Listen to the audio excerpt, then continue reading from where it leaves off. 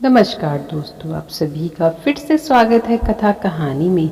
आज हम आपके लिए बहुत ही सुंदर कहानी लेकर आए हैं जिसमें भगवान श्री राम अपने भक्त के लिए रसोई बनाते हैं। आइए सुनते हैं।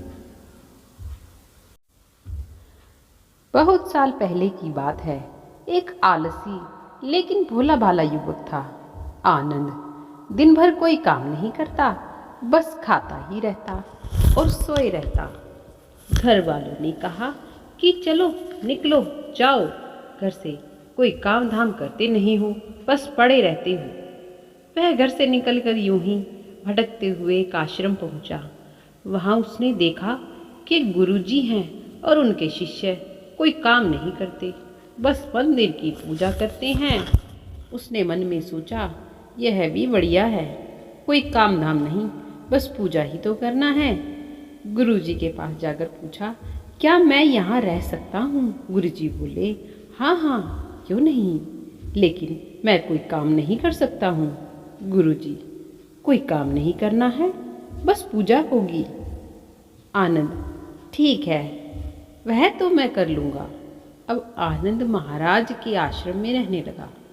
ना कोई काम ना कोई धाम, बस सारा दिन खाते रहो और प्रभु भक्ति में भजन गाते रहो। महीना भर हो गया। फिर एक दिन आई एकादशी। उसने रसोई में जाकर देखा कि खाने की कोई तैयारी नहीं। उसने गुरुजी से पूछा कि आज खाना नहीं बनेगा क्या? गुरुजी ने कहा, नहीं, आज तो एकादशी है, तुम्हारा भी उपवास है। उसने कहा, नहीं, अगर हमने उपवास कर लिया तो कल का दिन ही नहीं देख पाएंगे। हम नहीं कर सकते उपवास, हमें तो भूख लगती है। आपने पहले क्यों नहीं बताया? गुरुजी ने कहा, ठीक है, तुम ना करो उपवास, पर खाना भी तुम्हारे लिए कोई और नहीं बनाएगा, तुम खुद बना लो। मरता क्या ना करता, गया रसोई में। गुरुजी फिर आए, देखो, अगर तुम खाना बना लो तो राम जी को भोग जरूर लगा लेना और नदी के उस पार जाकर बना लो रसोई। ठीक है। लकड़ी, आटा, तेल, घी, सब्जी लेकर आनंद महाराज चले गए। जैसे तैसे खाना भी बनाया। खाने लगा तो याद आया कि गुरुजी ने कहा था कि राम जी को भोग लगाना है। लगा भजन गाने, आओ मेरे राम जी भोग लगाओ जी, प्रभु राम आइए, श्री राम आइए, मेरे भोजन का भोग लगाइए। कोई ना आया तो वह बेचैन हो गया कि यहाँ तो भूख लग रही है और राम जी आए ही नहीं रहे। भोला मानस जानता नहीं था कि प्रभु साक्षात तो नहीं आएंगे ना, पर गुरुजी की बात मानना जरूरी है। फिर उसने कहा, देखो प्रभु राम जी, मैं समझ गया कि आप क्यों नहीं आ रहे हैं। मैंने रूखा सूखा बनाया है और आपको तर्क माल खाने की आदत है, इसलिए नहीं आ रहे। तो सुनो प्रभु, आज वहाँ भी कुछ नहीं बना है, सबको एकादशी है, खाना तो यह भोगी खा लो। श्री राम अपने भक्त की सरलता पर बड़े मुस्काए और माता सीता के साथ प्रकट हो गए। भक्त असमंजस में, गुरुजी ने तो कहा था कि राम जी आएंगे, पर यहाँ तो माता सीता भी आई हैं और मैंने तो भोजन बस 2 लोगों का बनाया है। चलो कोई बात नहीं, आज इन्हें ही खिला देते हैं। बोला, प्रभु मैं भूखा रह गया, लेकिन मुझे आप दोनों को देखकर बड़ा अच्छा लग रहा है।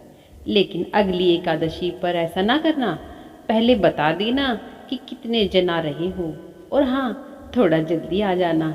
राम जी उसकी बात पर बड़े मुदित हुए, प्रसाद ग्रहण करके चले गए। अगली एकादशी तक यह भोला मानस सब भूल गया। उसे लगा कि प्रभु ऐसे ही आते होंगे और प्रसाद ग्रहण करते होंगे। फिर एकादशी आई। गुरुजी ने कहा, मैं चला अपना खाना बनाने, पर गुरुजी थोड़ा ज़्यादा अनाज लगेगा, वहाँ 2 लोग आते हैं। गुरुजी मुस्कुराए, भूख के मारे बावला है, ठीक है ले जा और अनाज ले जा। अब की बार उसने 3 लोगों का खाना बनाया। फिर गुहार लगाई, प्रभु राम आइए, सीता राम आइए, मेरे भोजन का भोग लगाइए। प्रभु की महिमा भी निराली है। भक्त के साथ कौतुक करने में उन्हें भी बड़ा मजा आता है। इस बार वे अपने भाई लक्ष्मण, भरत, शत्रुघ्न और हनुमान जी को लेकर आ गए। भक्त को चक्कर आ गए। यह क्या हुआ? एक का भोजन बनाया तो दो आए, आज दो का खाना ज़्यादा बनाया तो पूरा खानदान आ गया। लगता है आज भी भूखा ही रहना पड़ेगा। सबको भोजन लगाया और बैठे बैठे देखता रहा। अनजाने ही उसकी भी एकादशी हो गई। फिर अगली एकादशी आने से पहले गुरुजी से कहा, गुरुजी ये आपके प्रभु राम जी अकेले क्यों नहीं आते? हर बार कितने सारे लोग ले आते हैं, इस बार अनाज ज़्यादा देना। गुरुजी को लगा कहीं यह अनाज बेचता तो नहीं है, देखना पड़ेगा जाकर। भंडार में कहा, इसे जितना अनाज चाहिए दे दो, और छुप कर उसे देखने चल पड़े। इस बार आनंद ने सोचा, खाना पहले नहीं बनाऊंगा, पता नहीं कितने लोग आ जाएं, पहले बुला लेता हूँ फिर बनाता हूँ। फिर टेर लगाई, प्रभु राम आइए, श्री राम आइए, मेरे भोजन का भोग लगाइए। सारा राम दरबार मौजूद। इस बार तो हनुमान जी भी साथ आए, लेकिन यह क्या, प्रसाद तो तैयार ही नहीं है। भक्त डहरा भोला भाला बोला, प्रभु इस बार मैंने खाना नहीं बनाया। प्रभु ने पूछा क्यों?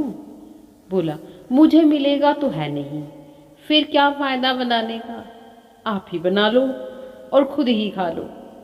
राम जी मुस्काए, सीता माता भी गदगद हो गई।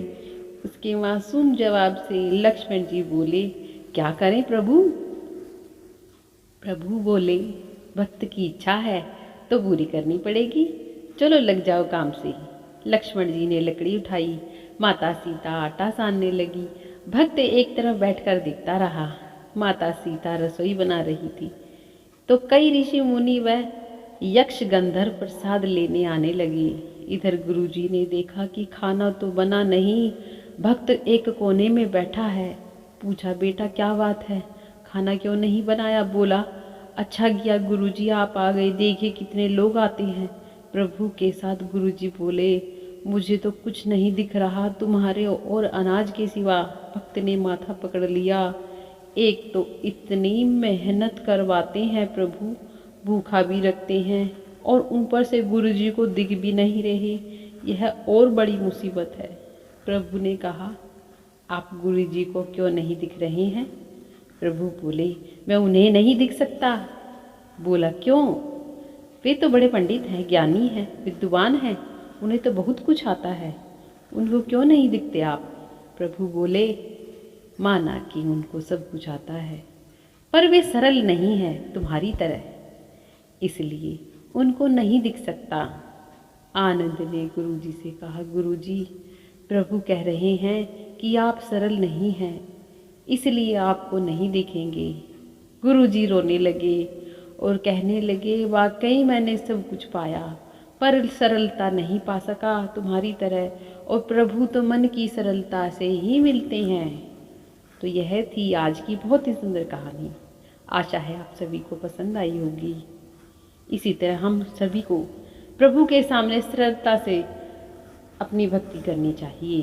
बोले जय सीताराम, जय सीताराम।